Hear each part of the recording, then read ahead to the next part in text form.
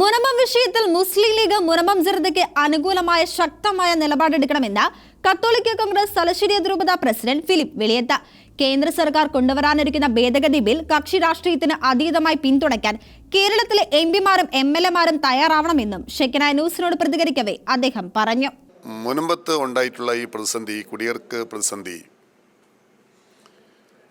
കേരളത്തിൽ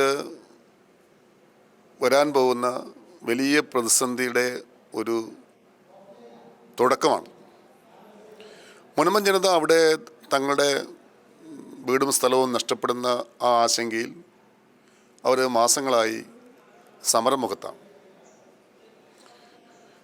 അത് പരിഹരിക്കപ്പെടാൻ അല്ലെങ്കിൽ പരിഹരിക്കുന്നതിന് വേണ്ടി മുൻകൈ എടുക്കേണ്ട രാഷ്ട്രീയ പാർട്ടിയുടെ നേതാക്കളും സ്ഥലം MP, MLA അടക്കമുള്ള ആളുകളൊക്കെ സൈലൻ്റായി നിൽക്കുക.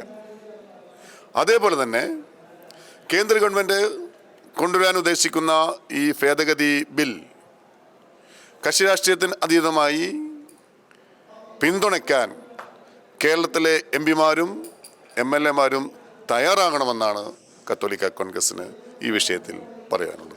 ഫറൂഖ് കോളേജിന് ആ സ്ഥലം വിൽക്കാൻ അധികാരമുണ്ട് എന്നും പറയുമ്പോൾ മുസ്ലിം ലീഗിൻ്റെ തന്നെ മറ്റ് ചില നേതാക്കൾ, KM ഷാജി അടക്കമുള്ള നേതാക്കൾ അത് വഖഫ് ഭൂമി ആണ് എന്ന് പറയുകയും ചെയ്യുകയാണ്.